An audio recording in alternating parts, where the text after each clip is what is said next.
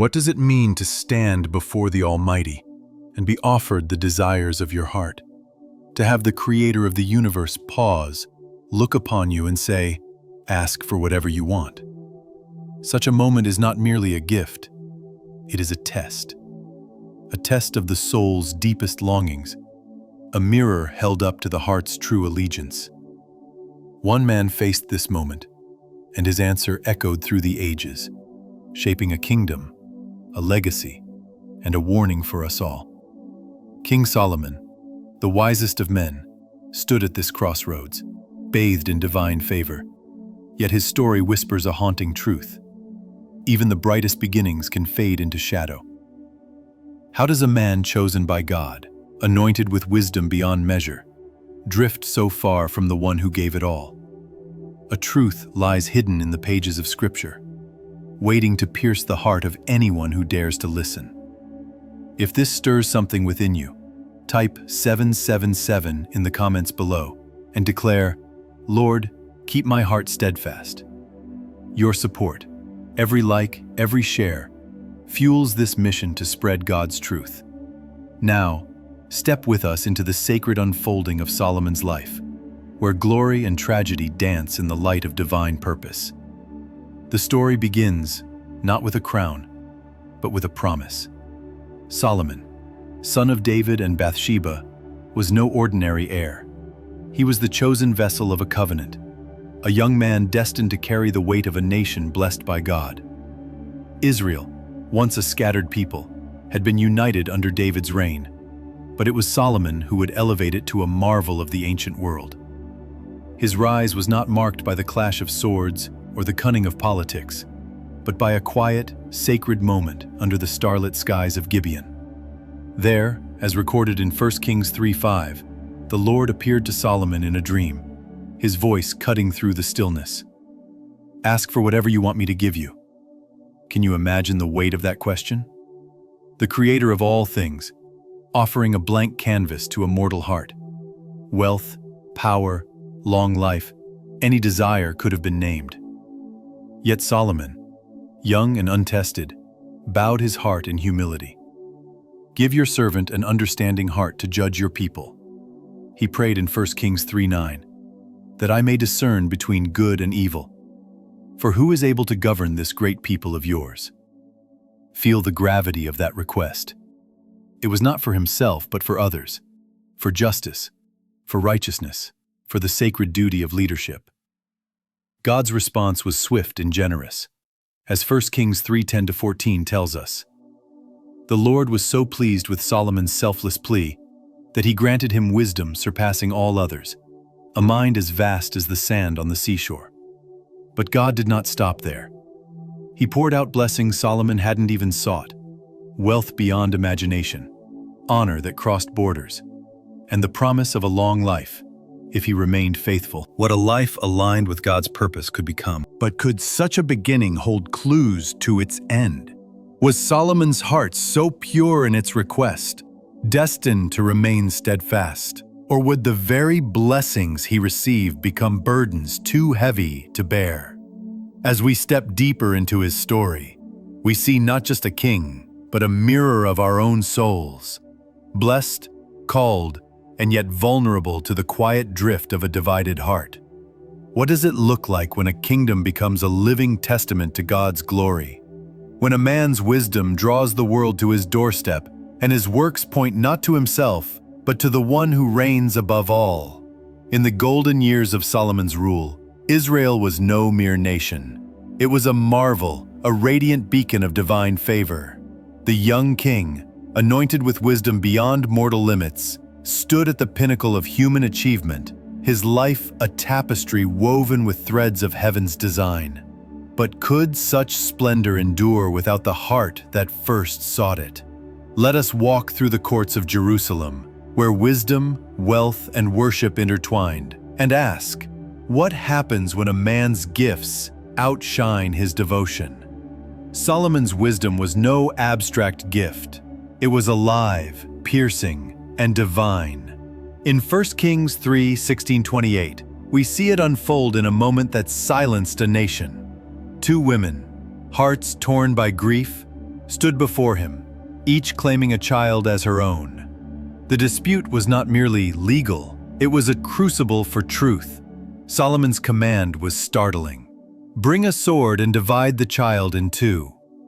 Gasps must have filled the air, but his intent was not cruelty, it was revelation. The true mother's cry to spare the child unveiled her heart, and Solomon's judgment left Israel in awe, whispering, "Only God could grant such discernment." His wisdom, as 1 Kings 4:29-30 declares, surpassed the sages of the East and the scholars of Egypt, a mind as vast as the seashore's sand. He penned 3,000 proverbs, composed 1,000 songs, and unraveled life's mysteries with words that still echo in our souls. This wisdom drew the world to Jerusalem. The Queen of Sheba, a ruler of immense wealth, crossed deserts to test the tales of Solomon's brilliance. 1 Kings 10:6-7. Her questions were not simple, they were riddles meant to stump a king. Yet Solomon answered with such insight that she stood breathless, declaring, "Not even half was told me." Her visit was more than diplomacy. It was a testament to God's presence resting on his chosen king. But Solomon's greatest work was yet to come. In 1 Kings 6, he built the temple in Jerusalem, a sanctuary of cedar and gold, crafted over 7 years to house the Almighty's presence. When the Ark of the Covenant was placed within, a cloud of glory filled the temple, so overwhelming that priests could not stand. In these moments, Solomon stood at his zenith, not in wealth or fame, but in surrender to the God who had called him. Yet even as gold gleamed and glory descended, a question lingers. Could such heights blind a man to the path beneath his feet? The temple stood, but would Solomon's heart remain its true foundation? Stay with us, for the story turns, and the light of glory begins to cast long shadows. Can a kingdom bathed in gold still lose its way?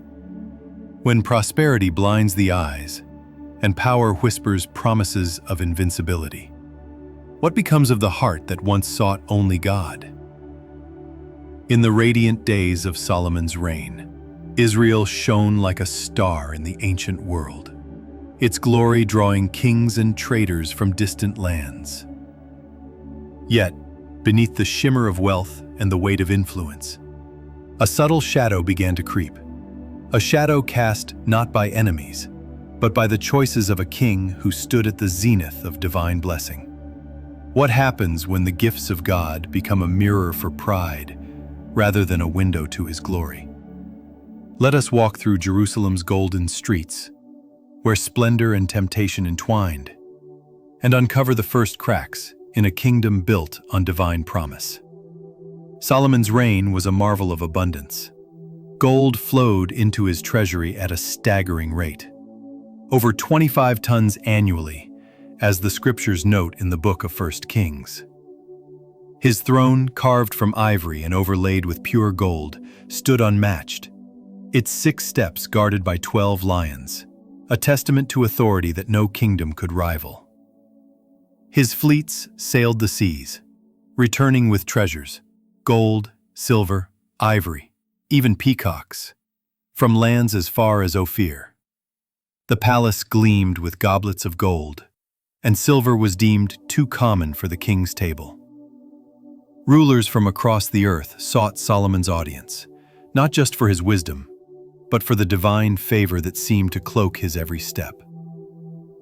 The world saw Israel not as a small nation, but as a beacon of God's covenant, a kingdom where heaven touched earth.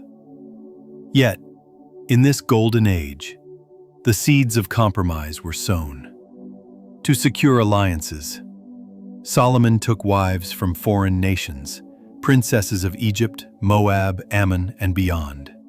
700 wives and 300 concubines filled his courts, each bringing customs and gods that God had warned against. The book of Deuteronomy had been clear. A king must not take many wives, lest his heart be led astray. But Solomon, in his pursuit of diplomacy and power, chose a path that edged him away from the one who had anointed him. These unions were not mere marriages. They were chains, binding his heart to altars that stood in defiance of the Lord. Slowly, the king who once knelt in awe before the Ark of the Covenant began to turn his gaze. Still stood, its gold gleaming under the sun. But could it anchor a king whose loyalties were beginning to fracture? As we linger in this moment of splendor and shadow, the question presses upon us. What alliances do we forge that pull us from God's path? Stay with us, for the story of Solomon's heart is about to turn, revealing a truth that echoes through every soul. How does a heart once ablaze with divine purpose grow cold? When does the wisdom that discerns good from evil become clouded by the whispers of compromise? Solomon, the king who built a temple for the Lord, stood at the crossroads of glory and ruin, his choices casting long shadows over a kingdom bathed in light. The man who once heard God's voice in dreams now listened to voices that led him astray, trading the eternal for the fleeting. What happens when the one chosen to reflect God's glory builds altars to idols instead? Let us step into the twilight of Solomon's reign, where betrayal and judgment unfold, and ask, what does it cost when a soul drifts from the one who gave it everything? The seeds of Solomon's fall were sown in the quiet chambers of his heart. His many wives, drawn from nations God had forbidden, brought with them gods of wood and stone. Ashtoreth, Chemosh, Molech, deities whose worship defiled the holiness of Israel's covenant. The scriptures, in the book of 1 Kings, record a heart-wrenching truth. As Solomon grew old, his heart was no longer fully devoted to the Lord, as his father David's had been. He built high places for these foreign gods, shrines on hills where sacrifices were offered, some demanding the unthinkable, child sacrifice. This was no mere tolerance, it was rebellion, a deliberate turning from the God who had appeared to him twice, first at Gibeon, then in Jerusalem. How could a king who once prayed with such reverence now kneel before idols carved by human hands? God's response was not silent. The Lord, who had offered Solomon anything he desired, now spoke with righteous clarity. In the book of 1 Kings, God declared that because Solomon had broken his covenant, the kingdom would be torn from his hand and given to another. Yet, in mercy, for the sake of David and Jerusalem, the judgment would not fall in Solomon's lifetime, but in his son's. A prophet named Ahijah met Jeroboam, one of Solomon's officials, and tore his cloak into 12 pieces, proclaiming, "Take 10 pieces, for the Lord will give you 10 tribes." The kingdom, once a unified marvel, was destined to fracture, its glory splintered by the weight of one man's divided heart. What does it mean to hold divine favor, yet choose defiance? Gold gleaming. But its builder had wandered far from the God it honored. As we linger in this moment of tragedy, a question presses upon us. Can a heart that has strayed still find its way back? Stay with us, for Solomon's final reflections will unveil a truth that speaks to every wandering soul. What does a king see when the gold fades and the silence of regret fills his palace? When the treasures of a lifetime turn to dust, and the heart that once burned for God aches with the weight of its wanderings? In the twilight of Solomon's life, the wisest king sat alone, not crowned with glory, but cloaked in reflection. He had tasted every delight, wealth, wisdom, power, yet found them hollow without the one who gave them. His story, etched in scripture, is not just a king's tragedy. It is a mirror for every soul chasing what cannot satisfy. What truth emerges when a man who had everything discovers he has lost what matters most? Let us sit with Solomon in his final moments, where sorrow and wisdom weave a lesson for eternity. As his strength waned, Solomon took up his pen, not to boast of victories, but to confess the futility of a life adrift. In the book of Ecclesiastes, his words pierce like a cry in the night. Meaningless, meaningless. Everything is meaningless. This was no scholar's theory, but the raw lament of a man who had built palaces, planted vineyards, and gathered treasures from distant lands, only to find them as fleeting as the wind. He had denied himself no pleasure, yet his soul remained empty, longing for the God he once knew. The vineyards, the gold, the songs, they could not silence the ache of a heart that had strayed from its first love. Yet in his regret, Solomon found clarity. Stripped of illusions, he saw what he had forsaken. In the closing words of Ecclesiastes, he offers a truth forged in the ashes of his failures. Fear God and keep his commandments, for this is the duty of all mankind. These words are not the musings of a king on a throne, but the plea of a soul humbled by time.